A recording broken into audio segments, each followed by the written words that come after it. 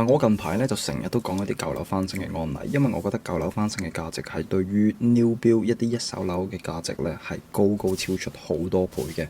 咁今集亦都唔例外，我就會俾大家睇下兩個需要大執嘅物業喎。咁一個就係 Mapley，一個就係 Arno。咁啊，想同大家睇下究竟呢一兩層樓究竟嗰個翻新個價值究竟係有幾大呢？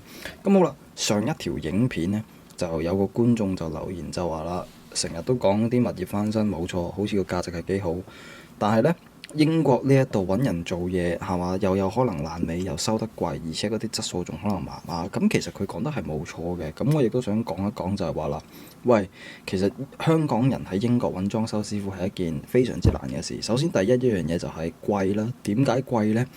唔係因為啲材料費貴或者人工費貴，啲貴極咪20磅一個鐘。其實個主要原因係為嗰啲裝修師傅一見到你係黃種人或者知道你係香港人呢，一定係報大數。咁呢個係好正常嘅。咁啊，即係唔單止係裝修，你整車啊、做 extension 啊，你喺出邊好多各行各業嘅服務性行業呢。如果個白人甚至係一啲印巴籍嗰啲人呢，嗰啲公司呢，見到你係黃種人呢，一定掠你一筆，呢個係唔使講噶啦。咁至於你話啦，喂，拖得慢同埋有可能爛尾，咁呢啲都係真嘅。咁冇辦法啦，喂，你英國係崇尚呢一個 work-life balance 噶嘛，即係一夠鐘呢就走人噶啦，係嘛？或者可能做裝修嗰啲天氣差少少呢，佢哋都話我今日嚟唔到噶啦，真係唔好意思啊咁樣。咁其實唔係裝修㗎，啲服務性行業全部都係咁樣㗎。即係好似嗱，我哋做地產咁樣，好多公司呢，咁啊5點半收工啦。通常臨收工前5分鐘呢，都已經特登唔聽電話㗎啦，好真㗎呢一句。咁你做到啲咩呢？係嘛？你英國就係咁樣咁 work-life balance 嘅一種節奏㗎嘛。即係你倫敦當然唔一樣啦。我意思係出咗倫敦之後，英國嘅工作文化呢，嗰啲老細就係崇尚一種叫做唔知乜鬼嘢主義啦，就係寧願你 hea 住撈都唔想你加人工咁嘅意思啊，係嘛？你明唔明啊？嗱，好啦，咁唔好講咁多，先同大家睇下兩層樓究竟大家對比佢嘅價值係有幾大呢？如果俾我揀，我要買一層樓翻新，我會揀邊一間呢？今日啊，又同大家睇啲好殘舊嘅翻新樓。我而家就位於 Mapley 附近，叫做 Kernesby Road 嘅一條街，有一個3房，又係嗰啲咁嘅 probate 啦，即係個業主死咗啦。咁呢啲一定擺上嚟翻新㗎啦，唔使咁㗎啦。一睇就知呢啲大佬要重執啦，呢啲爐頭啊、櫃啊嗰啲全部都舊到死，而且個間隔又衰。你諗下，喂，個浴室竟然喺廚房隔離，仲要係底層，即係你諗下，你夜晚半夜瞓唔着，要屙尿，要行樓梯落嚟，經過個廳，再去埋個廚房，先至去到個廁所。咁你話呢啲間隔點搞啊，大佬？即係大家睇翻個廚房先，呢一度呢啲物料呢，你做唔到 mortgage 啊！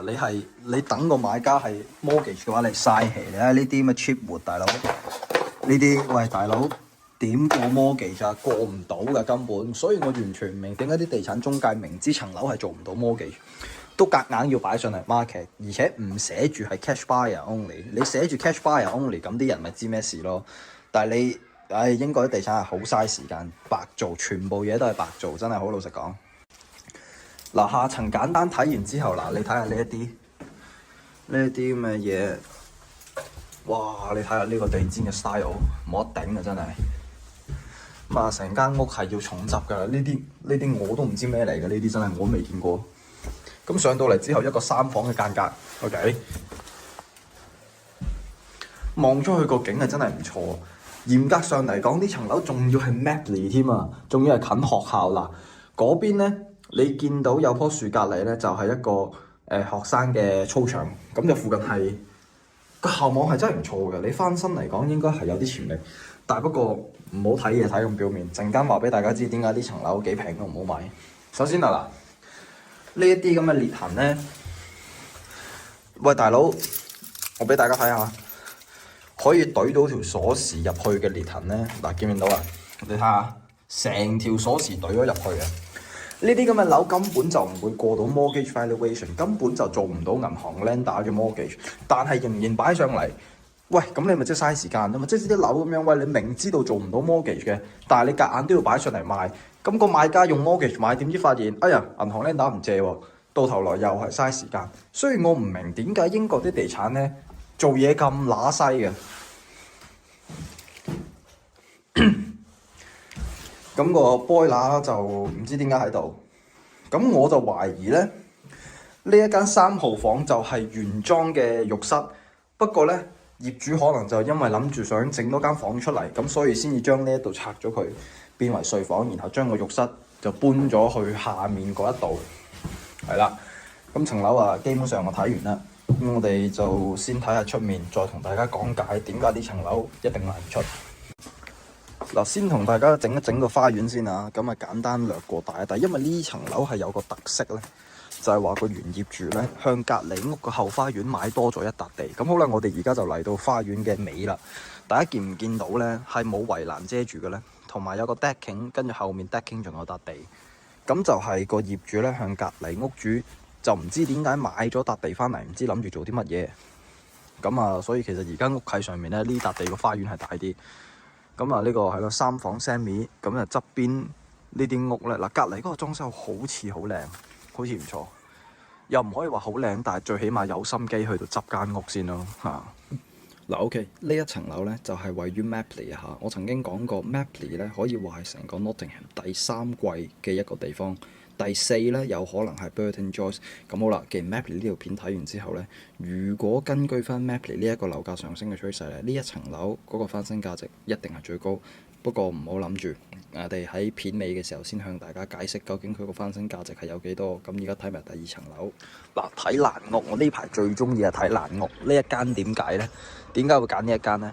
有傳統嘅前後院設計，咁當然係要執噶啦。不過係爛屋先好睇嘅，睇嘅新樓有咩好睇啦？係咪先？嗱，前院夠長，整 driveway 呢個加分啦，係嘛？咁然之後 side garden 側花園亦都夠闊，可以做 side extension， 第時可以整車房又得，上面加建多間房又得，嗱又加分啦。咁好啦，一入到嚟間屋，見到知咩事啦，大佬係嘛？邊有可能咁樣嘅咧？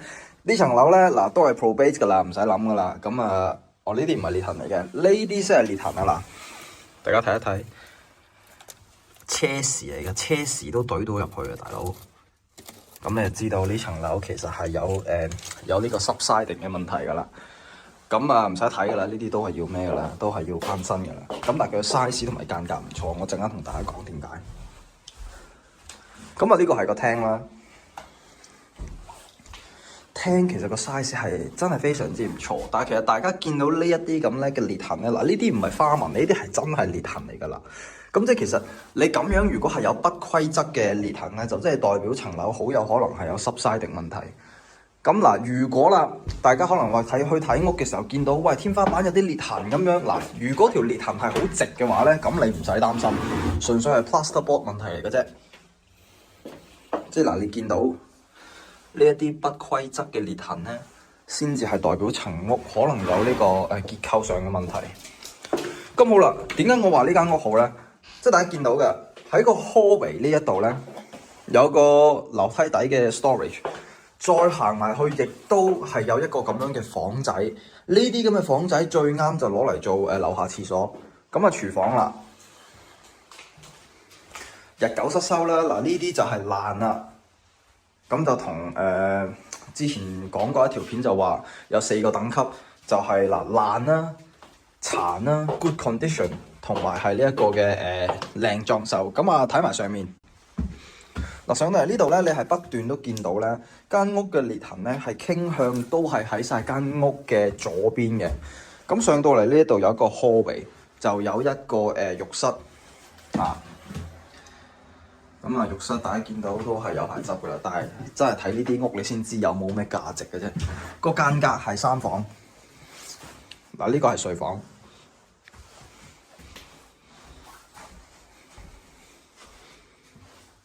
嗱又有條裂痕啦，嗱呢度，咁跟住整體嚟講，你見到嗱呢一間屋咧，嗰啲 window frame 咧係全部都要裝過噶啦，手工好差。咁嗱呢一度貼咗牆紙，我同你講，我夠膽賭啊，牆紙後面一定有裂痕，不過黐住嚟遮住咗咋。嗱我頭先所講啦，點樣為止係天花板裂痕唔使擔心咧？嗱大家見到呢一啲咁嘅天花板裂痕咧，係好有規則咁樣裂嘅。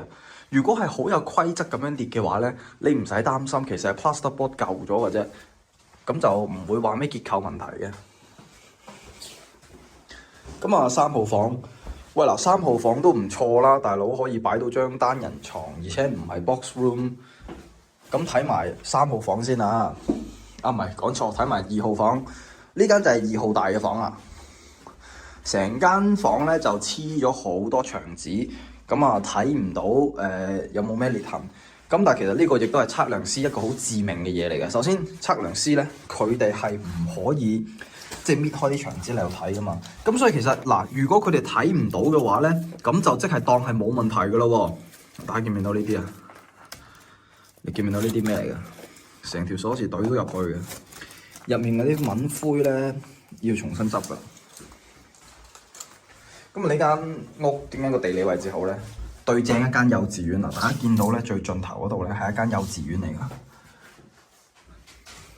係啦，隔離屋有啲細路仔玩嘅玩具嗰啲公園，咁一定係細路仔住啦呢一個區。咁呢一層樓咧雖然好多嘢執，但係佢地理位置真係唔錯。個環境區分咧，你翻新完之後好容易就賣得出。嗱，咁我順便同大家睇埋一層樓易唔易賣得出，有咩指標嗱？大家見到咧嗱，呢一層樓對面咧有兩間屋咧，灰色牆嗰兩個咧，佢哋個 condition 好靚，咁即係話其實呢一區整體嚟講啲人咧都算係有翻咁上下錢嘅。嗱，條街睇落一啲都唔窄，同埋佢升就升在咩啊？喂，10分鐘行路去到 NG5 市中心喎。仲要背對住一間幼稚園，就算你攞嚟翻新賣唔出都好啊！你放租都一定好多人租啊！呢啲咁嘅地區，更何況嗱，其實即係大家睇樓，如果冇乜經驗嘅話唔緊要，我而家話俾你知咧，呢一個浴室咧係改建出嚟嘅。原先咧呢一個主人房同呢個浴室係一間房，呢一啲咁嘅屋型咧係本身冇樓上 bathroom 嘅，係淨係得下層嘅浴室嘅啫。咁咪啦嗱，即係大家見到呢一間屋要執啊執幾多咧？嗱，如果你冇自己一 team 人去到做，你自己又唔識裝修，你揾人搞嘅話咧，我諗起碼都要50-60萬。但係如果啦，你話喂唔係喎，你自己係裝修師傅喎，你想玩下物業翻新喎，咁如果你自己有一 team 人去到做嘅話，齋翻新咁係咯，可能個成本會低好多。嗱好啦，兩條片睇完之後，先講第一條片喺 Mapley 嗰間3房啦，好唔好啊？首先第一，佢個間隔實在係太棘手，實在太難搞啦，大佬。亦都唔似第2層樓咁樣有一個夠大嘅前花園可以俾 driveway， 咁都算啦。OK，佢呢一個咁嘅廚房同埋廁所嘅間隔呢，係你要抌好多錢落去先至可以將個浴室呢擺翻上去嘅。咁個辦法係點樣呢？就好似第2層樓個 floor plan 咁樣呢，可以喺一間咁大嘅主人套房嗰度呢，就間一間位出嚟，用嚟整樓上嘅浴室。咁樣嘅話就可以解決到個問題啦。但係就解決唔到冇 side garden 同埋冇前院呢一個問題。咁同埋啦。其實大家唔好咁開心住，雖然係喺 Mapley， 但係我咧好多集之前亦都講過，就算係幾好嘅區咧，都總係會有1-2條街係特別窄。而呢一個物業好遺憾地就係位於 Mapley 最窄嘅一個位。我而家出到嚟之後講嘢都細聲啲，真係驚俾人捅2刀㗎啦。首先而家大家面對住呢一度咧，就係一大紮 council house 啦，咁就俾啲 council 租客住落去嘅。咁個物業就係位於呢一條街，咁呢4戶咧，你見到 semi-detached 咧，正常人住嘅，係唯獨是呢一度全部轉晒做 council。咁我再俾大家睇下我身後呢一啲屋，睇落好新淨係嘛？係嘛？呢度全部埲牆油到白晒，好新淨係嘛？諗你都唔好諗啊！呢啲咧係市政府買嚟翻新，然之後抌啲難民入去住嘅其中一種樓嚟嘅，佢亦都係攞咗嚟俾 council 租。咁首先其實咧，而家我呢個地理位置咧係真係好近 Mapley 嘅，係仲近過 Parkview 揸車去 Mapley。講緊去 Mapley 係即係個市中心係5分鐘車程嘅啫。咁呢度一立咧，嗱你見到車房，跟住然之後前面嗰啲全部都係 commercial 嚟嘅。咁個物業好死唔死就圍住呢條街，咁你話點賣得出咧？係咪先？你翻新完之後都賣唔出咧，其實你要睇個街嘅狀況咯。首先，因為喂好窄，呢條街真係非常之窄，我唔係同你講笑。差唔多街頭街尾都有 council house 咁滯，咁呢一紮就係正常屋，呢啲係普通 masonette， 不過係有車房嘅 masonette， 即係佢係 apartment 咁樣住嘅方式。咁啊係啦，咁就好遺憾地呢一層樓翻新完之後都好難買噶啦。嗱好啦，咁大家睇完個街景之後，相信你心目中已經有咗個答案㗎啦。呢一層樓呢，翻新個價值可以話係超低。如果10分入面呢，我甚至可能只係會俾1分，因為翻新完之後賣翻出去嗰個成功率實在係太低，甚至係太難啦。你俾層樓咁樣我 sell，我點 sell 啊？喂，大佬，嗰啲人嚟睇樓之後，即係一個度嚟睇樓，首先第一連泊車嘅位都冇啦。另外第二就係你見一條街轉角位嗰度咁雜，成扎都係 council house，仲要對正晒嗰啲 commercial units，即係有車房，跟住隔嗰一條街又有 pub 又有酒吧又成咁樣。呢啲樓呢，甚至可能你話銀行 lender 唔批呢都有可能嘅。咁可能你就會問啦，喂，真唔真啊？係真嘅。如果你個物業係太過近一個商用嘅鋪頭嘅話呢，好多銀行 lender 係有可能唔會批，而且係有案例試過嘅。咁但係當然啦。